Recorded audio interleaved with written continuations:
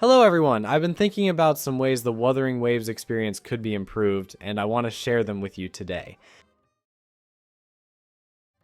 Many players often point out a lack of Echo EXP and Tuners. Personally, I sometimes feel it too, though not to the point where it completely blocks my progress. However, since it seems to be a common issue, I thought I'd consider how it could be improved beyond the usual, just give us more. Let's take a look at the Lorelei on my Rachia. Here we have a defense stat. One possible improvement could be the ability to reroll a stat, or its value. In my opinion, tuners could be used as the currency for this. A reasonable compromise would be allowing players to reroll one substat or its value per echo, but with no limit on the number of attempts. As shown in the visualization here, we can choose which stat to reroll or adjust its value. Once the first reroll is confirmed, the selection becomes locked. Now we can only reroll the selected substat. In my case, I'd aim for energy regen. This way, all substats remain useful for Rochia, but I could just as easily choose to keep def and roll for a higher value like crit rate. The rerolled substats would be random with random values, so you might get the attribute you're looking for quickly or end up spending a lot of tuners. Now, let's break down my proposal. Pros: saves Echo XP, less farming for 3-cost Echo, higher chances of getting a God piece. 2 approaches. 1. Fast build.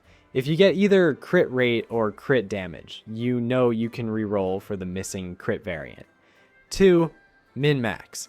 Still aim for both crit stats, but use rerolls to replace a dead stat or maximize high roll, an existing crit stat. Cons: reduces the importance of echo farming. Some players enjoy the MMO grind. Tuners become more valuable, increasing demand. If you notice any other drawbacks, or maybe more benefits, let me know in the comments. Another option or suggestion would be to introduce a weekly drop of selection chests for echoes. We've already seen a glimpse of this in the Elusive Realm, whether it was the first version where we could purchase specific chests with points, or the later one with a weekly reset that granted a random echo. The key issue is how to implement this system, as there are different types of selection chests. In Huanglong, some contain moonlit clouds while others don't, and now we also have Renacita chests.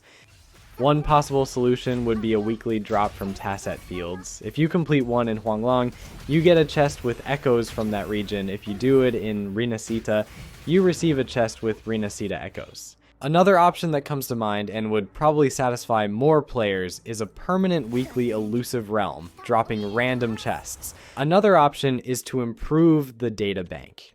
After level 20, we no longer receive anything other than the level up rewards.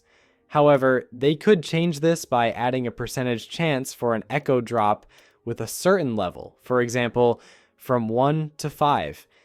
As we progress through higher levels, they could increase the chances or the echo level. At level 30, for example, we could have a 10% chance that one substat is already unlocked. So, farming these would also give us at least 3 tuners in the worst case. I've also heard some people want the removal of tuners entirely, and that might be one solution. But keep in mind that in terms of the game's code, that might require more work than we think. Another thing is that even with tuners, the echo system in Wuthering Waves is faster than the systems used by other competitors where, for example, we have to rely on hitting multiple times for crit substats on a single piece of gear.